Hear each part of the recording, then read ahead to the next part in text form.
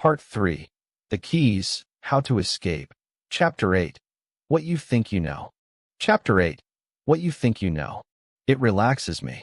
You just finished eating. Your plate is empty. Your hand is already reaching for the pack. You do not even think about it.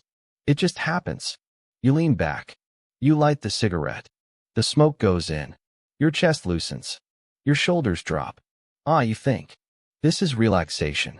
But relax compared to what? Compared to the minute before you lit it. The minute when your body was already craving. When your mind was already whispering, I need a cigarette.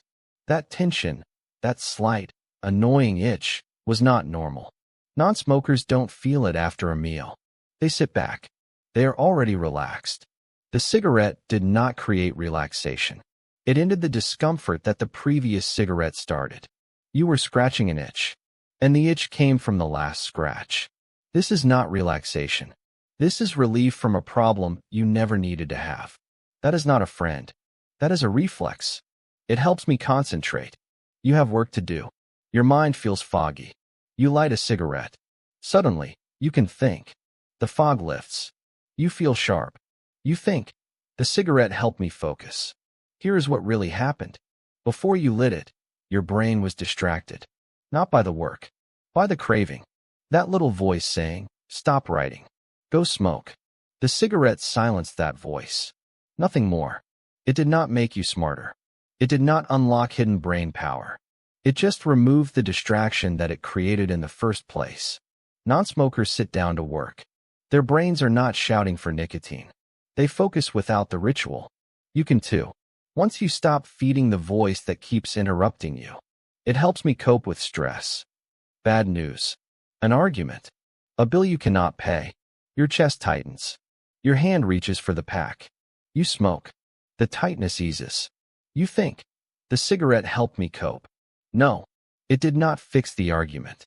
It did not pay the bill. It did not solve anything. What it did was temporarily end the stress of nicotine withdrawal, a stress that was already on top of your real stress. You were carrying two weights. The real problem and the chemical itch. The cigarette removed the chemical itch for a few minutes. That made the real problem feel lighter. But the itch will come back.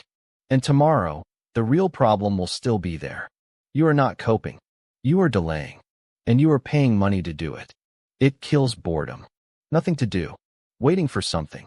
You light a cigarette. Now you are still waiting. Still bored. Just with smoke in your lungs. If cigarettes cured boredom, smokers would never be bored. But they are. All the time. They smoke when they are bored, and after the cigarette, they are still bored. The cigarette did not change your situation.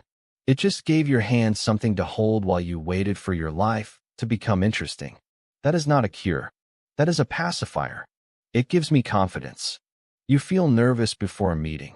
You step outside. You smoke. Your heart slows. Your hand stops shaking. You think, I needed that. Now I can face them. But why were you nervous in the first place?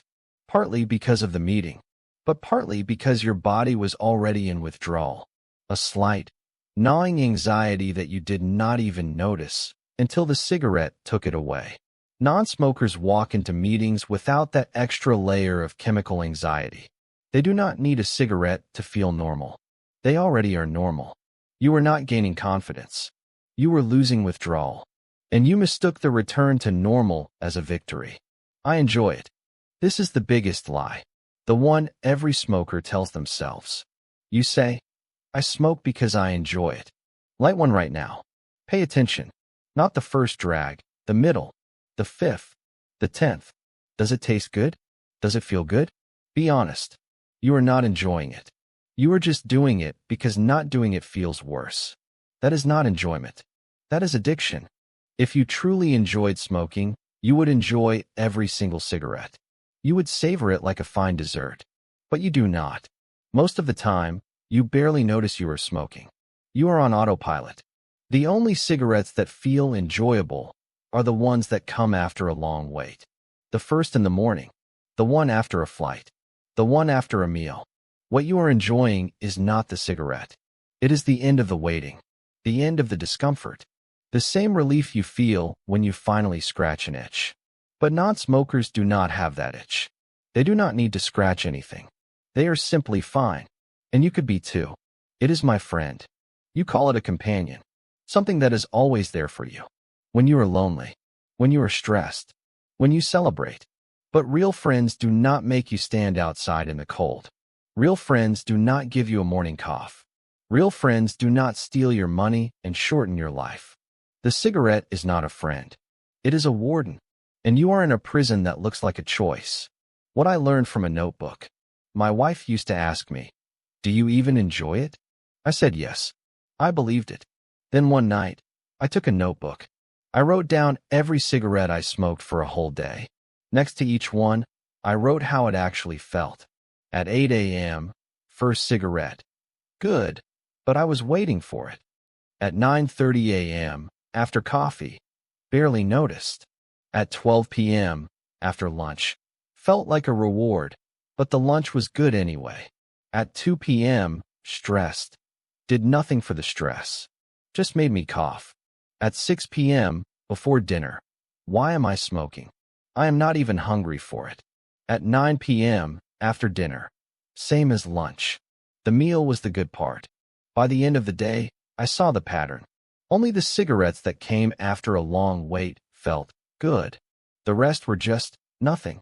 Try it yourself. One day, one notebook. You will see the same thing. What you are not losing. You think quitting means giving something up. You are wrong. You are not giving up relaxation. You are giving up the need to scratch an artificial itch. You are not giving up focus. You are giving up a distraction that kept you from focusing. You are not giving up confidence. You are giving up a false crutch that made you weaker without it. You are not giving up enjoyment. You are giving up a routine that never delivered what it promised. The only thing you are losing is a prison. A prison that looked like a friend, felt like a habit, and acted like a disease. One more lie, the most dangerous one. There is another lie. A lie you will only hear when you try to quit. When you are already free. When you feel strong. Just one won't hurt. I will not tell you about it now. You are not ready. First, you need a plan. A real plan. Not hope. Not luck. A plan. In the next chapters, I will show you how to prepare. How to survive the first days. How to rewire your brain.